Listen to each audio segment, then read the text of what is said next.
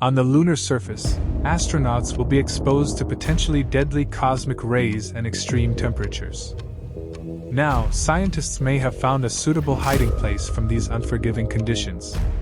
The experts in Italy say they have identified the first cave on the moon, which extends from inside a pit located in the Sea of Tranquility.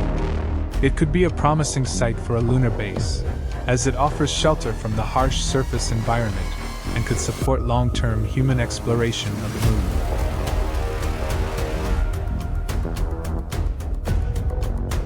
The experts in Italy say they have identified the first cave on the moon, which extends from inside a pit located in the Sea of Tranquility. It could be a promising site for a lunar base, as it offers shelter from the harsh surface environment and could support long-term human exploration of the moon. Another interstellar discovery by NASA. This is amazing. A cave on the moon that could house future astronauts, and there could be hundreds more of these caves. Cave is the deepest known pit on the moon. It's about 250 miles from where Neil Armstrong and Buzz Aldrin landed 55 years ago this month. Scientists speculated that lunar caves existed for decades, but not a proven fact. But boy, it doesn't have to be at this point, because it's just sort of mouth-watering, right, Lee? You said it. These caves have been theorized for over 50 years, but it is the first time ever that we have demonstrated their existence, said study author Lorenzo Bruzzoni, professor at the University of Trento in Italy. Since pits were first discovered on the moon by JAXA's Selene spacecraft in 2009, scientists have wondered if they led to caves that could be explored or used as shelters.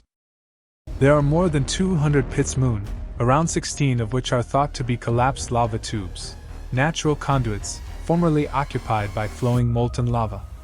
If the ceiling of a solidified lava tube collapses, it opens a pit, but whether these pits provide access to caves has long been uncertain. The team focused on a roughly cylindrical pit in a part of the moon's northern hemisphere, known as the Sea of Tranquility, or Mare Tranquillitatis. Tranquility Base, the location of the first manned landing on the moon in July 1969, is located in the southwestern corner of the Sea of Tranquility. Mare Tranquillitatis Pit is the deepest known pit on the moon, an estimated depth of 328 feet, 100 meters, and up to 377 feet, 115 meters, across, about the length of a football pitch.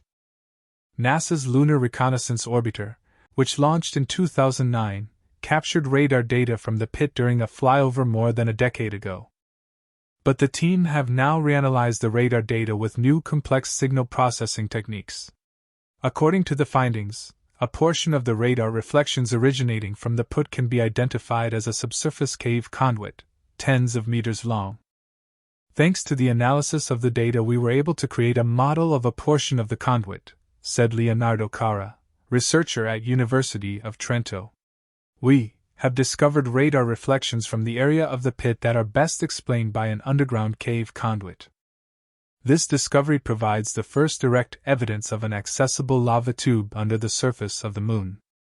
This new research has implications for the development of missions to the moon, where the environment is hostile to human life. The moon is known for temperatures that are too extreme to sustain life, up to a scorching 260 degrees Fahrenheit during the day, and down to an icy minus 280 degrees Fahrenheit at night. But temperatures in a shady cave such as this are thought to be a comfortable 63 degrees Fahrenheit 17 degrees Celsius, suggesting they could be the perfect locations for lunar base camps.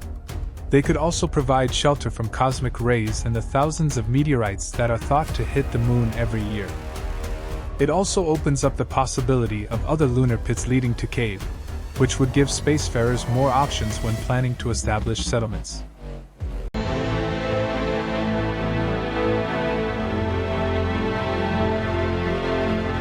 A government watchdog says NASA will likely delay its launch of Artemis 3 again. The launch is aimed at returning humans to the moon for the first time in 50 years. It was initially planned for 2024, but is now delayed until December 2025. The watchdog reports it could be pushed back as far as 2027. Joining me now to discuss is CBS News space consultant Bill Harwood. Bill, thanks for joining us. It's always a pleasure. So talk about the challenges here. Why are we seeing this delay? You know, there's a variety of reasons that are playing into this. You know, you had the COVID epidemic or pandemic. It really slowed down the development of needed hardware. There are budget issues NASA's facing, and SpaceX is taking longer than expected to perfect their super heavy Starship rocket. That's that gigantic rocket. They've test flown twice out of Texas. Both flights were only partially successful. They have to get that worked out, perfected, and launch enough successful test flights that NASA would be willing to put its astronauts on board, because the upper stage of that rocket, what they call the Starship, that's what's going to carry astronauts back down to the moon's surface.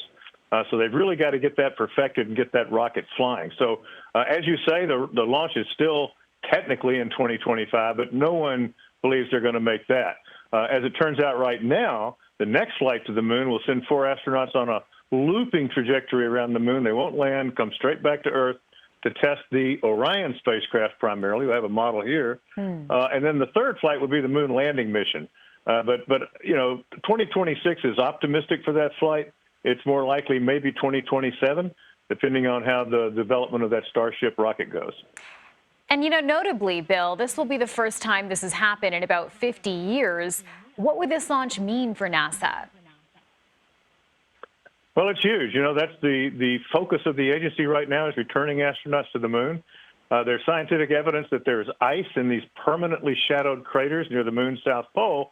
If they can figure out a way to mine that ice, to extract it from the soil, you know, you can break that down and make air, water, and rocket fuel, which really facilitates further deep space exploration. So it's high on the agenda for NASA, and of course it is for China as well. They plan to launch their own astronauts to the surface of the moon in the 2030 timeframe. So there's a little bit of a renewed space race going on right now.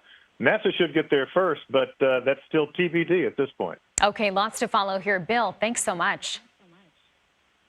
Sure Rather thing. than going to the Sea of Tranquility, NASA's upcoming Artemis 3 mission plans to land a crew at the moon's south polar region in a SpaceX craft. Eventually, as part of its Artemis program, NASA plans to have set up a base camp in the lunar south region by the end of this decade. Building a lunar base in a pit or cave is not currently part of the official plan, but the study authors suggest it will be worth considering in the future. A complete survey of all known lunar pits would allow us to identify the most promising accesses for subsurface lunar exploration and provide information on the potential for installing human lunar base in environments protected from cosmic radiation and with stable temperatures, they conclude.